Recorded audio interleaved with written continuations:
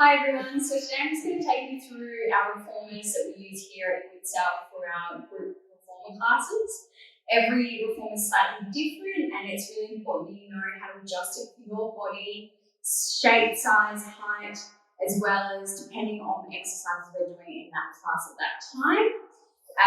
One of the most important things to think about is that everyone's legs are different lengths. So you may need to adjust the position of your lower body or the position of your upper body depending on your body makeup and shape. So to start off, we can come down the end here.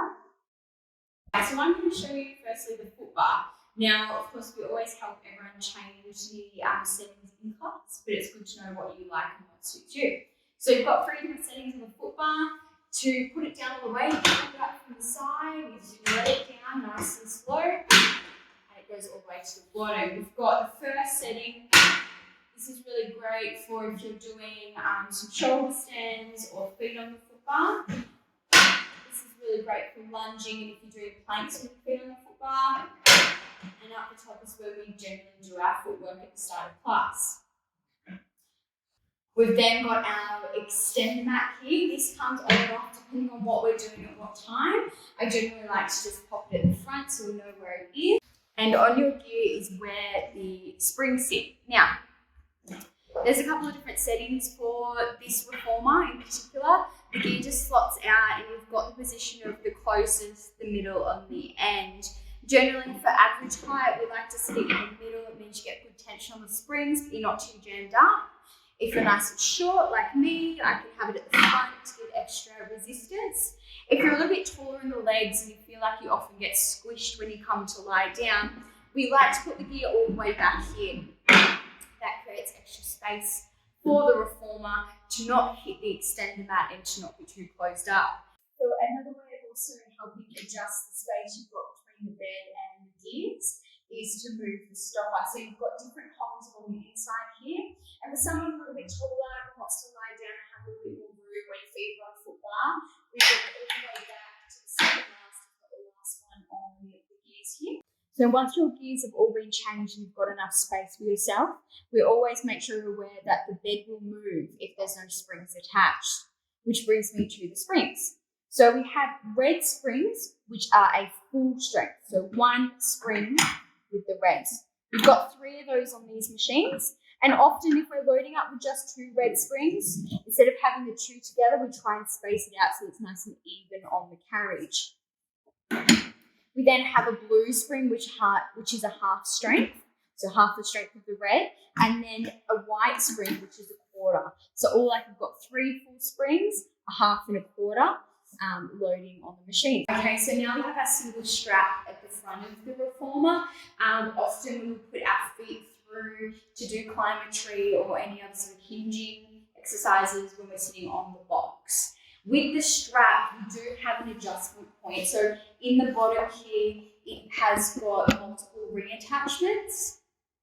So what you can do is actually unclip it, pull it out slightly, make it longer, and then pull that foot strap up so you've got a little bit more room. Okay, so the next thing we have is our posture pole. These come in all different lengths. These ones are just a shorter length, meant for holding, balancing on the body and using as a point of focus and tension to help draw away or to lift the body as needed. They just live on the side under some nice hooks. So we've got our shoulder pads. Now on this model of reformer, they do actually come out, which is very handy. So often if we're using the bed as more of a mat setup, or we just need a bit more space if we've got our knees bent with our feet at the front here, we can take those out at any point in time. They're also quite good because we can flip them around. And so if you want to make a long box or pop your short box in, it gives you more room down the end of the reformer here. So they're quite handy. Take those out. You've also got your headrest. So headrest is a personal preference thing. When we're doing footwork, we keep the headrest up. When we're doing things that involve us being at 9 degrees and our knees bent, we keep the headrest up. As soon as we go to inversions or we're jumping or we feel like we'll be jolting a little bit, we get that headrest down so that we protect our neck. Again, personal preference. Some people like to use them, some people don't. But that's there, and just adjust with a little wooden block at the back. Okay, so next we have our straps. We hold these with our arms or our hands. We can pop them in our feet or legs or thighs. They just live on the little hooks down below here.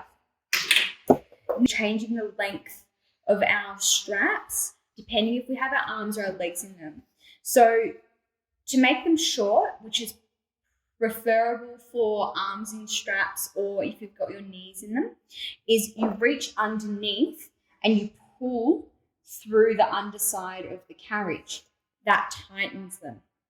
To release them, as there's tension on the rope, you can just unscrew the little doovalackies here, and that just gives you a little bit more length. So I really encourage everyone coming into before they start or before they lie down, is to just check the length. Because these are adjustable, they sometimes tend to be uneven. I also have our jump boards, which are fantastic for a little bit of cardio, a little bit of aerobic fitness. So we just slot them in the holes in front of the bed. They go all the way down. Make sure they're sitting nice and flush with the wooden block. Tighten towards the inside. No, tighten towards the right. And make sure that it's nice and secure. So we've got a few different props that we use depending on what class you come into. So in our Align class, I like to use a lot of props like the magic circle, the chi ball, even a half roller. That just really helps with body positioning and support. In the open house and dynamic, I tend to definitely use the magic circle, the ball, and mostly hand weights to help add some difficulty and another sort of level of intensity on top of. So we'll start with the magic circle. The magic circle is a nice resistance band pushing in, but then also pulling back out. It's really great for putting between the legs for some inner thighs. It's really good for holding, and because you can pull, it's not going to break. So it's great for finding that position and not worrying about not being able to move through it because it moves with your body. It's also a great prop to have at home because there's so many mat exercises that you can do with it too. It's very versatile and really good value for money.